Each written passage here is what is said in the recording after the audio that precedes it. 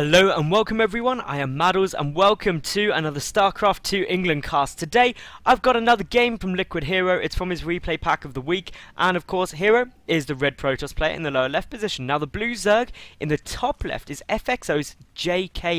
Now I've got some knowledge bombs right here, thanks to the lovely Taliana. Of course, at Taliana, she's a Korean translator who does loads of stuff in StarCraft. And well, basically, I was like, do you know why it's JSK? Does that stand for something? And she was like, yeah, it's his initials. So I now know the JSK stands for Jae Kyun Sung. So, boom. Knowledge bombs there. Unfortunately, I have to think so much when I pronounce that to say it right, which I don't even think I did then. I'm going to just refer to him as JKS, but that's still cool. Anyway, it's going to be a PvZ. I'm really looking forward to this because Hero is amazing.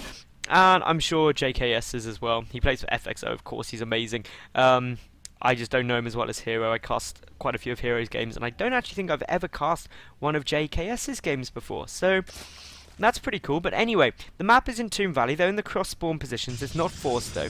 And the first thing I'm noticing is this is against a Zerg, and it's not a fast expansion.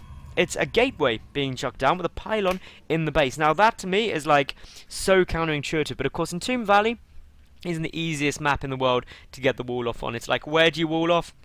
On the one hand you can try and wall off there, on the other hand you can try and wall off like here.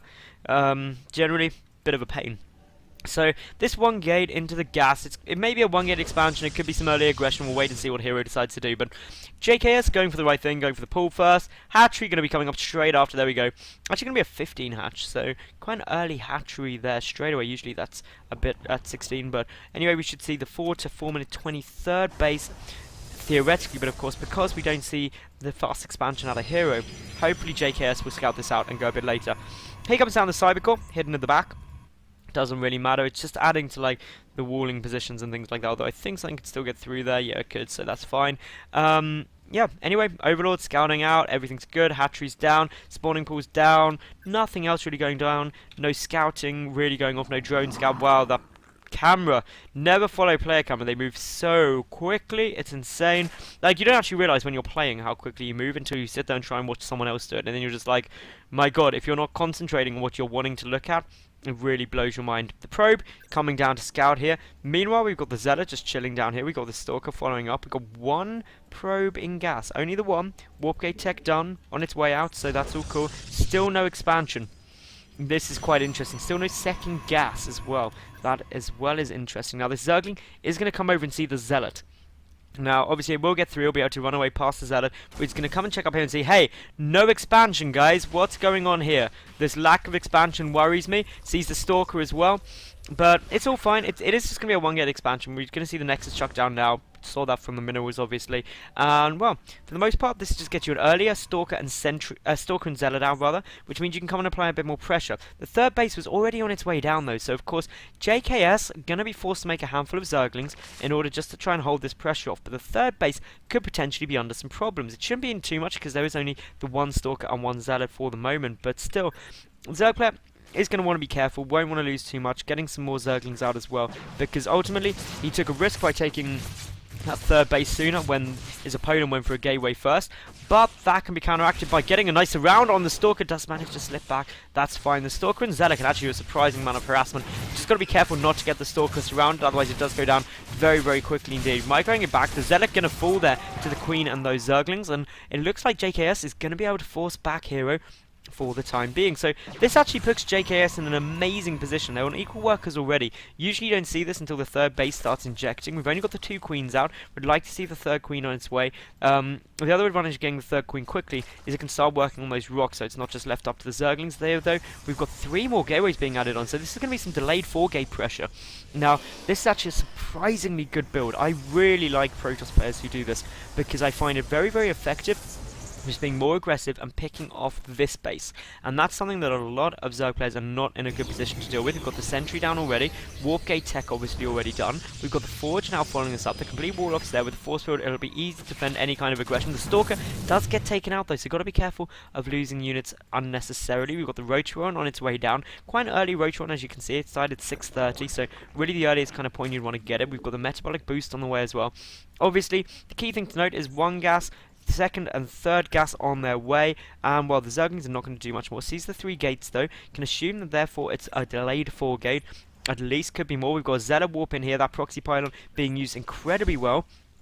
And of course, well, as these units start poking and prodding up, you've got to defend it somehow. We've got the probe coming in there, but well, Zerglings are the only thing on the field for the moment. Yes, we do have some roaches on the way, and once those roaches get out, these Zealots will be able to get taken down very easily.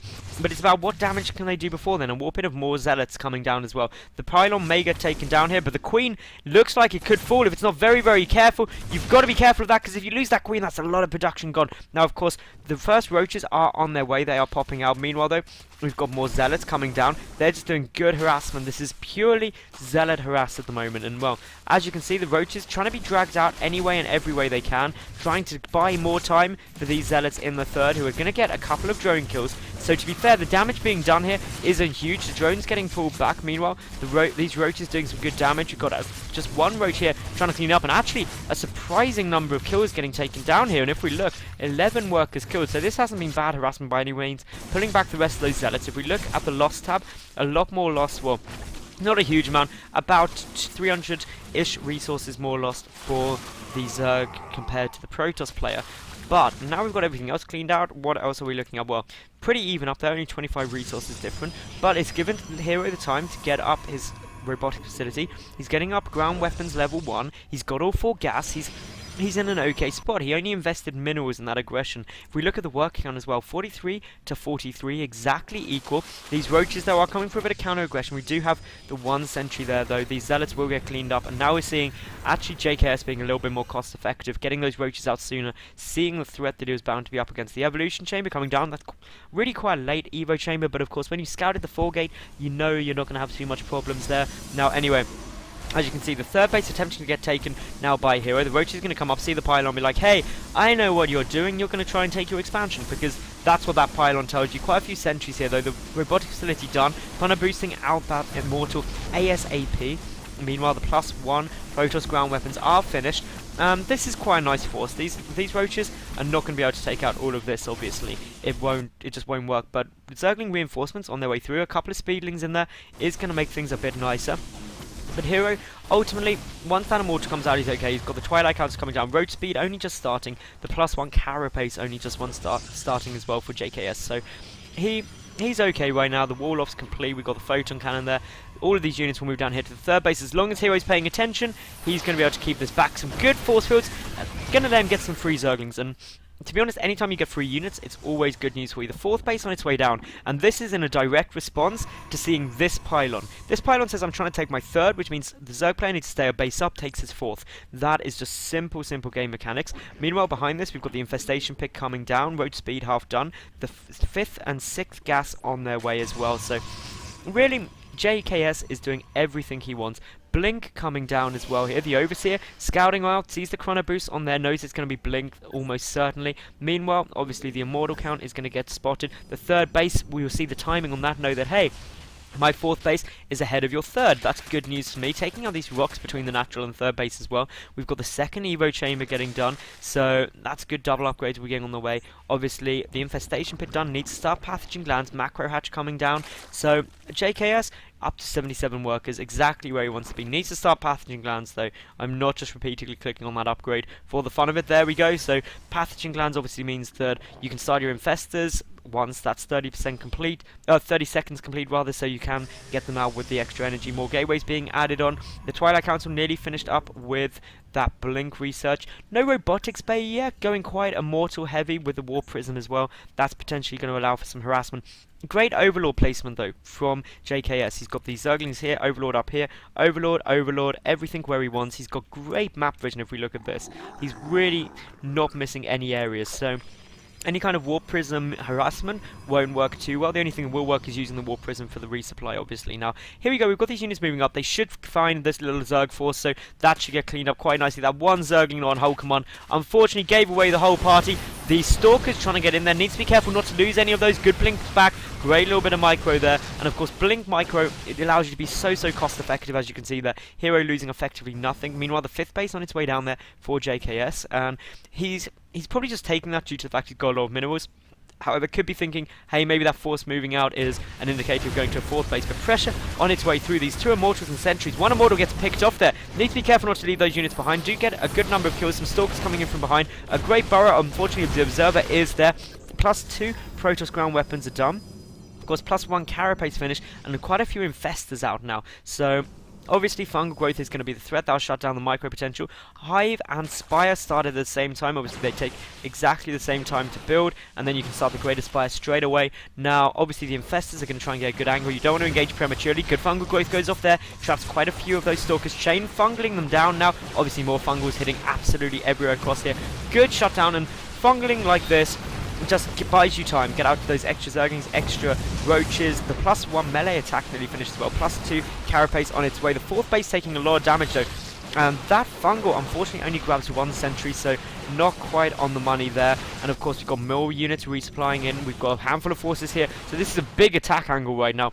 And JSK, if he engages his side on, should actually be okay. If he starts picking off units around here, he's going to get exactly what he wants. A good fungal growth goes off. This is of course going to pull units back, allowing JKS to get the complete surround. Some force fields go down. The units coming in from behind. Infested Terrans getting locked down very, very quickly. The 4th base has been taken out though, so that is less than ideal. Some burrowed on those Infestors. No Observer around. And this is now going to get cleaned up very, very comfortably by the blue Zerg player. And overall, if we look at the loss tab, really quite similar. The robotics bay on its way down, so this is taking up to Colossus, and unfortunately these drones give away the 5th base, and well, we're going to see quite a few drones killed here. Obviously the Infestors are out of energy, but the Roaches are going to come back to try and deal with this. But wow, look at how many workers are getting killed here, just ever so many right now. The Zerglings streaming in, they of course are 1-2 compared to 2-0, so upgrade wise that's good for JKS. And he will clean all of this up, but he has lost a grand total of 25 workers, but he's still above the 75 mark, so he's okay. This War Prism getting a little drop coming in. That of course is those slight bits of aggression you don't necessarily want happening, but it's getting cleaned up quite nicely. The Greater Spire, of course, the important endgame tech is on its way. The War Prism being forced to pull back, and of course Hero still on those 3 bases. The Changelings coming in, just taking a quick look around, being like, hey, what's happening? Oh no, it's all cool. Not got much here, just giving a look. Big Zergling run by coming down though, potentially. So obviously these Zerglings really want to deny this 4th base essentially, so gonna pick off that probe. It's all good. The +3 Protoss ground weapons on their way. Extended Thermal Lance, the first Colossus coming out, another robotic facility. Greater Spire nearly done though, and of course that's great news. Once that Greater Spire comes out, you're in a solid spot. And of course getting your Broodlords out before even the first Colossus hits, that's good timings. Now lots of these Zealots are getting surrounded. Of course upgrade wise the advantage is there at the moment for JKS due to having the 2 armor, 1 attack, compared to obviously the now 2 attack, soon to be 3 attack, no armor of the Protoss. Now, looking here, we've got more Zealots warping in. Great harassment by Hero. He's forcing the Zerg player back at all periods of time. Good, some fungal growth going off just to try and clean this up quicker. Losing a gas geyser, that's annoying, but he does have these extrons here. Spore Crawlers coming down, as well as the 2 Spine Crawlers, so that's good. Nothing in the 4th base. The 4th Broodlords morphing in now. Meanwhile, the Zerglings trying to punch through here. They're not going to have a fun time. It just isn't going to work. But obviously gets a good look at the Protoss ground army, which isn't actually that sizable. 101 army supply compared to 70 in favour of the Zerg. That's good news. Meanwhile, just 1 Stalker coming down here, going to start picking off that single Overlord. Meanwhile, a borrowed Zergling there. More Zerglings streaming in. You can't be too cost ineffective. While like Zerglings are very cheap at this stage of the game, when you've got that many banked up minerals, you don't want to just throw them away unless you're trying to free up supply, which of course JKS isn't actually in the position where he needs to throw away supply quite yet. He's got additional Spore Crawlers down, ready to deal with those War Prisms, trying to deny that harassment, which has been pretty effective so far. Of course, 28 workers killed is nothing to be shy of. Now, in terms of the worker count, 80 to 73. The one thing I'd be saying for JKS is that we're nearing the 20-minute mark. Why aren't there more Spine Crawlers down? You want to start building the Spine Wall, and literally, as I say that, here they come. So that is all good. You start building the Spine Wall, so you can start being more aggressive with your Broodlord Infestor army, and still buy yourself time to come back and defend. Now, handful of Zerglings going to run through, but good defense position by Hero at the moment. He's in no way or shape ready to take this 4th base, because obviously that burrowed Zergling is being a complete pain. Will die though, so obviously Hero can take it, but if you look at his force, he doesn't really have much there. He's only got the 1 Colossus. And of course, with only 1 Colossus on the field, you do start to panic a little bit, because you don't have that AoE damage you necessarily want. Of course, we do have some Archons coming out, but no cancel goes down there. Good little Zergling run by there. That was very nice. But here comes the Warp Prism drop. But look, two Spore Crawlers and the Spine Crawler there. That is going to be able to do good damage. Of course, more Spine Crawlers on their way down. A big warp in of Zealots right now. And wow, this base is going to take some fire. Luckily, though, the Roaches coming straight in. The Fungal Growth goes straight down. Some Infested Terrans getting lobbed out. JKS clearly bored of this Warp Prism play and just wanted Dead and Gone. Reveals the Broodlords. Of course, meanwhile, Warp Prism in the natural as well. That's doing some good damage. Warp Prism in the main could potentially do some nice damage as well. Neural Parasite coming down, ready for the mothership.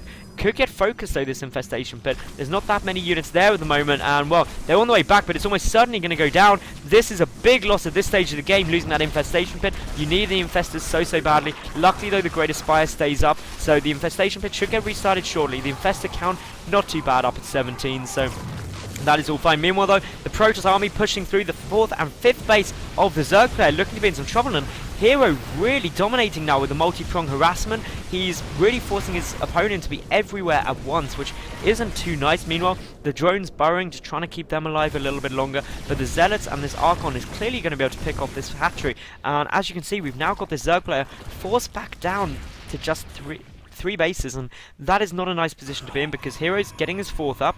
He's getting his late game tech. The only real plus side at the moment is the 12 Broodlords, and of course when you get that many Broodlords out, it becomes quite a difficult force to deal with. The only way to deal with it is to get your mothership out, and if we look tech wise, the Stargate is out, the Fleet Beacon hasn't started though, so that is something that Hero really needs to look at getting ASAP ready to deal with the obviously Broodlord Infestor force. He's got the Archons there, so that's okay.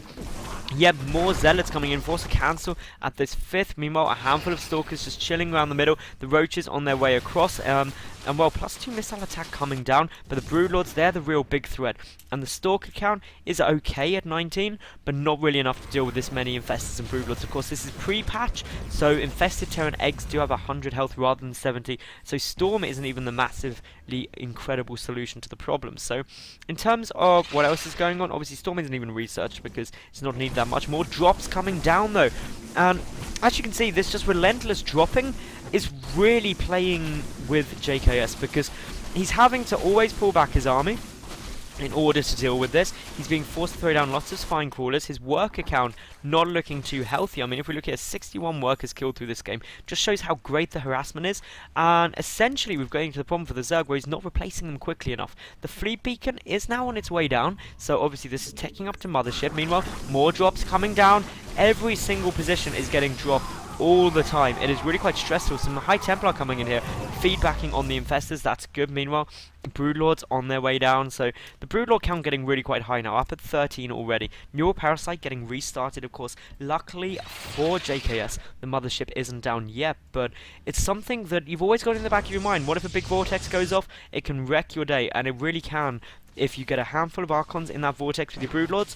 As soon as they pop, they're all dead, and that causes you problems. Now, as you can see here, the Stalker, really, that was overkill, that many Broodlords for the one Stalker, but it's fine. The Broodling's getting a good scout out here. The Colossi count getting slightly higher, and that is good news for Hero. Hero really just getting towards the maxed out stage. Already we see the Zerg player maxed out. The big problem for Hero is his lack of a mothership. That is huge. He needs that so badly. Mass infested Terrans coming down. Of course, they are just going to be in a great spot right now in order to deal with these cannons, deal with this 4th base. But well, the Protoss army coming from behind, lots of infested Terrans getting lobbed out though. The Broodlords over the dead space, that's going to prevent the Stalkers from getting underneath them, which is great news for the Blue Zerg. But well, the Archons getting taken out, good fungal growth. Broodlord Infestor so strong, but where are the Spine Crawlers? Always the concern that if you don't have the Spine Crawlers on, what is stopping your opponent from just coming to kill you? And the answer? Nothing. Nothing at all is stopping the Protoss from just coming over and killing you. The Broodlords, of course, very slow to get back. The Zerg player has to deal with this death force at some point, and of course, a lot of damage potential here. Meanwhile, we've got Zerglings coming and streaming into the 4th base, dealing with that well. So both players being really harassment heavy. A lot more resources lost for Hero compared to JKS at the moment. A Fungal Growth manages to get a grand total of 1 Stalker, but in come the Broodlords. They're getting a lot closer, and of course the Protoss player is backed into a corner. That is never a good position to be in, but of course, as you can see, the Broodlords are going to start raining down the pain. The Fungal Growths are going to prevent the forward blink, and of course, if that blink gets forward, which it does, we could see quite a few Broodlords start getting taken down very, very quickly. More Fungal Growths go down. The damage is huge on both sides. this is really, really a tough position, but it looks like Hero should be able to clean out a lot of these Broodlords, actually. And he won't get them all, but wow, did he clear out an awful lot of them there. He has still lost more resources by about 4,000 than his opponent, but the important thing is the Broodlord count is a lot lower than it was. Down to only 4 Broodlords on the field, 6 more Corruptors on their way out, and obviously JKS does still have the supply advantage, but how much of that is taken up in Infestors? Well, 17 Infestors on their own. They are low on energy. Another great blink forward. Fungal Growth goes down, but it looks like JKS is about to lose all of his Broodlords. This is tough times for him, and Hero, that is exactly what he needed right now. He's managed to get these Colossi back to safety somehow. I have no idea how he managed it, but somehow he didn't lose those. That is a big win for him. He's morphing in more Archons. He still hasn't started his mothership though. He's got this War Prism and also Colossus just chilling there. The Blink Stalkers coming in, being more aggressive. We've got 5 Broodlords morphing in. Only 4 on the field at the moment though, and of course these forward blinks, these snipe off on the Broodlords are really starting to hurt JKS. He's losing so much. Of course the Colossi are there, and if you don't have the high Stalker count, you can start running into the problem. So, well, as you can see, more Corruptors are on their way down. We've got yet more damage being done everywhere, and, well, Hero, he's really coming back into this, and when you think, it's all from the harassment that he's kept his opponent's worker count low, and he's just been in a great spot. He's moving towards the 4th base, the 5th base is gone. The 3rd player is really in huge problems at this stage, and even though this push is starting to lose momentum, it doesn't matter because the 5th base is gone. That is the big loss. If the 4th base goes as well, which I don't think it will now, that would have really been a big nail in the coffin. Of course, the 4th base for LiquidHero is gone as well. Both of these players being really, really aggressive all through this game. And, well, all in all, it's pretty tough to watch because, well, Hero now has actually been more cost effective overall. There was a point where it was quite a long way behind, but JKS losing about 4,000 more resources than that of his opponent. Hero, though, having to long-range mine. As you can see, the probes on their way back. But, well, what else have we got going down? Well, more aggression coming in. The Broodlord count not that high. Only 1 Broodlord on the field. And, of course, this is the real problem for JKS. Both players are completely broke, but the advantage for the Protoss is he's got up these 2 Colossi. He's still got an Archon up, and really, it's just the 1 Broodlord is the only threat to him, which unfortunately is still there. Hero GG's out because his own 4th base was unable to get much more. But, well, that game was pretty close all the way through. That was a really fun game to watch, and Hero maybe just overextended himself when he came up to try and pick off that 5th base, but, well, it was a great game nonetheless. I hope you did enjoy it. I really did. So do make sure you subscribe and like the video, leave a cool comment, and yeah, follow me on Twitter. I will catch you all tomorrow for yet another new cast. Thank you very much for watching, and bye for now.